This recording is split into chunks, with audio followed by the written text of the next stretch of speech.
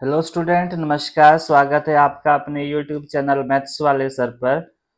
तो हम आज पढ़ेंगे अध्याय 8 चतुर्भुज की प्रश्नावली 8.2, जिसमें आप मध्य बिंदु प्रमेय का उपयोग करोगे। तो मध्य बिंदु प्रमेय क्या है आपके पास, तो मैं थोड़ा सा यहाँ पे आपको आउटलाइन दे देता हूँ। ये मान लो ये एक त्रिभुज बनाया मैंने, मान लो। तो यहाँ पे अगर ये इस और इस रेखा के मध्य बिंदु है, तो इसको मिलाने वाला जो रेखाखंड है वो तीसरी भुजा के समांतर होता है। मान लो ये आपके पास ए बी सी है और ये आपके पास डी और ई है। तो आपके पास जो डी बिंदु है, डी बिंदु जो है आपके पास, डी बिंदु जो है आपके पास, वो आपके पास ए बी का मध्य बिंदु है। मध्य बिंदु है। तो इसी तरह आपके पास जो ई बिंदु है, ई बिंदु है वो ए सी का मध्य बिंदु है। ये आपके पास मध्य बिंदु है इसमें। तो ये तीसरी भुजा के समांतर होगा आपके पास, यानी कि जो डी ई भुजा है वो किसके समांतर हो जाएगी आपके पास, बी सी के समांतर हो जाएगी। और जो डी ई भुजा है वो आधा होगा किसका, बी सी भुजा का। ये आधा होगा आपके पास। तो ये है आपके पास मध्य बिंदु प्रमेय। क्या है मध्य बिंदु प्रमेय?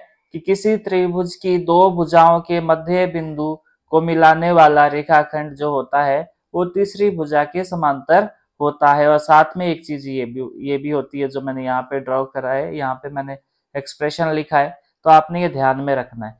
तो इसी तरह आपके पास ए बी सी डी एक चतुर्भुज है जिसमें पी क्यू आर एस क्रमशः भुजाओं A B B C C D और डी ए के मध्य बिंदु है। जैसे कि आपको बोला है कि देखिए आकृति 8.20 में AC उसका एक विकर्ण है, तो दर्शाइए कि, ये आपको सिद्ध करने को बोला है।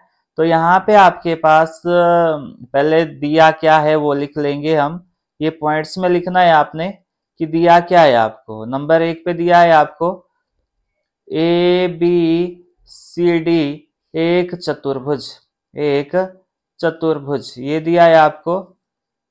ए बी सी डी एक चतुर्भुज दिया है। और जिसमें नंबर 2 पे दिया है क्या, कि बिंदु बिंदु P Q R और S क्रमशः क्रमशः भुजाओं भुजाओं A B B C C D और डी ए के मध्य बिंदु है, डी ए के मध्य बिंदु है। ये आपको दिया है ऑलरेडी, मध्य बिंदु है। और ए सी उसका एक विकर्ण है। और नंबर 3 पे आपको क्या दिया है, ए सी एक विकर्ण।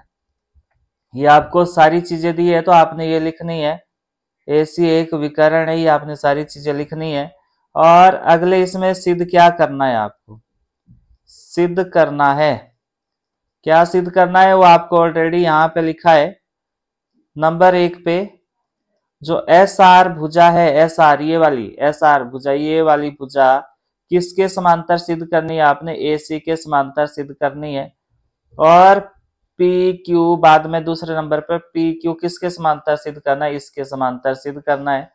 तो चलो ये अभी हम देख लेते हैं बारी बारी से, परंतु ये लिख लो पहले कि एस आर किसके समांतर सिद्ध करना है आपको, ए सी। और एस आर आधा है किसका, आधा है ए सी का। और आपके पास नंबर 2 पे पी क्यू किसके बराबर सिद्ध करना है आपको, ये करना है आपको एस आर के बराबर सिद्ध करना है। और नंबर 3 पे आपको पी क्यू आर एस एक समांतर चतुर्भुज सिद्ध करना है, समांतर चतुर्भुज सिद्ध करना है। ये आपको 3 चीजें आपको यहाँ पे पूछी है, तो ये आपको सिद्ध करनी पड़ेगी। तो ये हमने लिख दिया जो लिखना है। इसके बाद हमने प्रमाण लिखना है। तो प्रमाण कैसे लिखेंगे, पहले मैं इस आकृति को कॉपी कर लेता हूं। हाँ, ये मैंने यहाँ पे आकृति कॉपी कर ली है, इस पे ध्यान दो। अब जब हम प्रमाण लिखेंगे तो प्रमाण पे क्या लिखेंगे हम, पहले हम एक त्रिभुज ले लेंगे कोई सा भी, और आपको क्या बोला है सिद्ध करने को वो भी देख लो।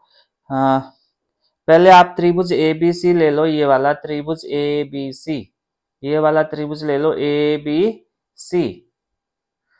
तो त्रिभुज ए बी सी में त्रिभुज ए बी सी कौन सा है आपके पास, ये वाला है, ए बी और सी ये वाला है। और आपको पता है क्यू बिंदु और पी बिंदु क्या है, मध्य बिंदु है किसके, ए और बी के। तो ये मैं यहाँ पे लिख देता हूं, त्रिभुज एबीसी में क्या है आपके पास, जो पी क्यू पी और क्यू बिंदु है, बिंदु पी व बिंदु क्यू मध्य बिंदु है किसके, मध्य बिंदु है भुजाओं ए बी और बी सी के। ए बी और बी सी के क्या है, ये मध्य बिंदु है। तो आपको पता है जब हम यहाँ पे मध्य बिंदु प्रमेय लगाएंगे, तो एक मिनट में यहाँ पे इस आकृति को ड्रॉ कर देता हूं। यह आकृति मैं ड्रॉ कर रहा हूं ताकि आपको समझ आ जाए। यह आकृति मैंने यहाँ पे ड्रॉ कर दी है, देख सकते हो आप। हाँ, ये बन गई है सी, ये ए, और आपके पास ये पी बिंदु है, और ये क्यू बिंदु है, और ये बी बिंदु है।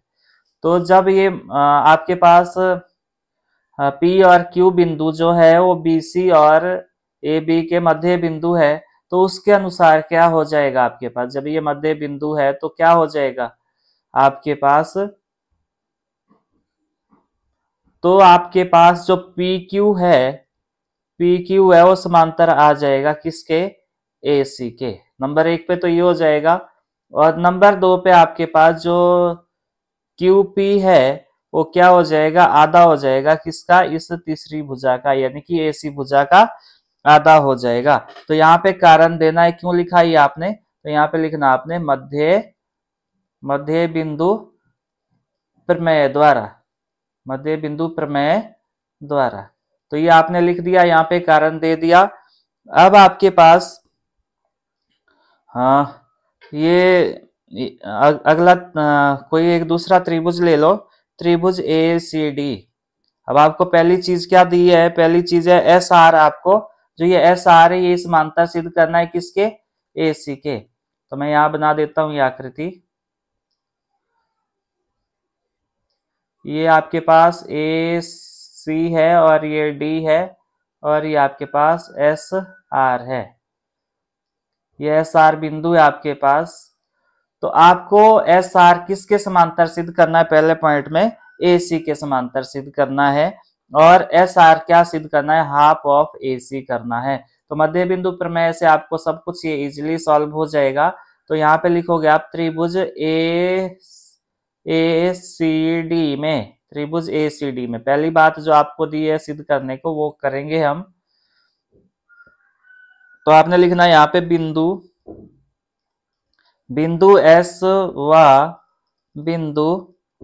बिंदु एस व बिंदु आर भुजाओं डीए व डीसी के मध्य बिंदु है। तो उसके अनुसार क्या होगा आपके पास, जब ये मध्य बिंदु है तो आपके पास जो एस आर है वो समांतर हो जाएगा किसके, ए सी के। और एस आर क्या आएगा आपके पास, ये आएगा आधा आएगा किसका, ए सी का। तो यहाँ पे भी आप कारण दे सकते हो, मध्य बिंदु प्रमेय द्वारा। तो यहाँ पे आपने कारण दे दिया कि क्यों है ये ऐसा, मध्य बिंदु प्रमेय द्वारा। तो ये आपने सिद्ध कर लिया है, तो सिद्ध हुआ। नंबर 1 पे तो यही पूछा था आपसे। नंबर 2 पे आपको क्या सिद्ध करना है, नंबर 2 पे आपको सिद्ध करना है कि जो पी क्यू है वो किसके बराबर है, एस आर के। तो आपने यहां से पता लगाया, इसको आप इसको आप समीकरण 1 नाम दे सकते हो, इसको आप समीकरण 2 नाम दे सकते हो। तो आपने देखा कि जो ये वाली भुजा है, एस आर भुजा जो है और पी क्यू भुजा है, वो किसके समांतर है? आपके पास ए सी के समांतर है। तो आपने एक प्रमेय पढ़ा था, यदि दो आकृतियां या यदि दो भुजाएं एक ही भुजा के समांतर हो तो वो परस्पर भी क्या होती है? समांतर होती है। तो ये सिद्ध करना है आपको। तो आप यहाँ पे करोगे समीकरण 1 व समीकरण 2 से, समीकरण 1 व समीकरण 2 से आपने रोमन अंक में लिखा है यहाँ पे, तो रोमन अंक में लिखना है आपने। इससे क्या मिला आपको कि जो क्यू पी है और एस आर है वो दोनों किसके बराबर है? हाफ ऑफ ए सी है। तो इसका मतलब क्या हुआ? इसका मतलब ये हुआ कि जो क्यू पी है वो किसके बराबर आ गया? एस आर के बराबर आ गया। और यही आपको सिद्ध करना था। ये लिखोगे आप सिद्ध हुआ, ये भी आपके पास सिद्ध हुआ। अच्छा, ये बातें हमारे पास सिद्ध होगी। अब हमने तीसरी बात सिद्ध करनी है, वो क्या है कि पी क्यू आर एस एक समांतर चतुर्भुज है। तो इसको मैं नेक्स्ट पेज पे करता हूं। पहले मैं इस डायग्राम को कॉपी कर लेता हूं। ये वाला डायग्राम कॉपी कर लिया मैंने यहाँ पे। फिर देखते हैं क्या सिद्ध करना है आपको। आपको सिद्ध करना है कि जो पी क्यू आर एस है ये क्या है? आपके पास एक समांतर चतुर्भुज है। आपने देखा नंबर 3 पे लिख दो, यहाँ पे नंबर 3 पे लिख दो। यहाँ पे क्या सिद्ध करना है? पी क्यू आर एस एक सम चतुर्भुज है, समांतर चतुर्भुज है। ये क्या है आपके पास? समांतर चतुर्भुज है। ये सिद्ध करना है आपको। तो आपने कुछ चीजें तो पहले ही सिद्ध कर ली है। क्या सिद्ध की आपने? जो पी क्यू है वो आपके पास समांतर आ गया किसके? एस आर के। पी क्यू समांतर आ गया, पहले ए सी के समांतर आया, और एस आर आपके पास समांतर आ गया किसके? किसके समांतर आ गया? ए सी के। तो यहां से आपके पास क्या निष्कर्ष निकला? जो पी क्यू है वो किसके समांतर है? यहां से क्या निष्कर्ष निकला? जो पी क्यू है वो समांतर है किसके? एस आर के। क्यों? यहां पे कारण देना, यदि कोई दो भुजाएं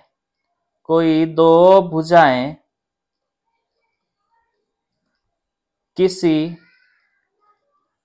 एक भुजा के समांतर हो तो वे भुजाएं परस्पर समांतर होती है। तो भुजाएं क्या होगी? परस्पर भी समांतर होगी। तो ये आपने एक प्रमेय पढ़ा था, उसके अनुसार देखो ये जो एस आर भुजा है और पी क्यू भुजा ये ए सी के समांतर है। तो इसका मतलब क्या हुआ? जो पी क्यू है वो परस्पर भी किसके समांतर होगी? एस आर के समांतर होगी। तो पी क्यू किसके समांतर आ गया? आपके पास एस आर के समांतर आ गया। और समांतर आने का मतलब क्या हुआ कि जो पी क्यू है वो किसके बराबर है? एस आर के बराबर है। ये समझ आया होना आपको? पी क्यू किसके समांतर है? एस आर के समांतर है।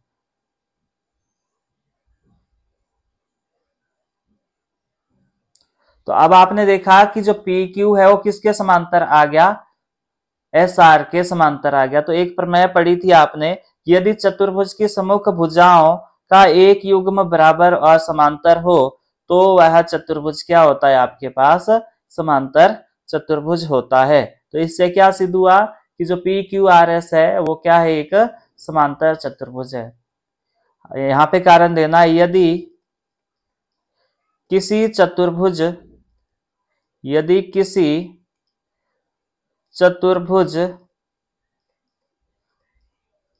की एक भुजाओं का किसी एक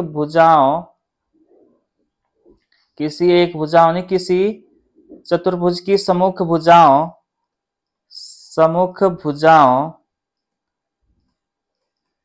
का एक युग्म का एक युग्म समांतर व बराबर हो, समांतर व बराबर हो तो वह चतुर्भुज, तो वह चतुर्भुज, तो वह चतुर्भुज समांतर चतुर्भुज कहलाता है। समांतर चतुर्भुज, समांतर चतुर्भुज कहलाता है। तो ये तीसरी चीज भी आपके पास सिद्ध होगी कि पी क्यू आर एस एक क्या है आपके पास, समांतर चतुर्भुज है। तो लास्ट में लिखोगे अतः सिद्ध हुआ, अतः सिद्ध हुआ कि पी क्यू आर एस एक समांतर चतुर्भुज है, समांतर चतुर्भुज है।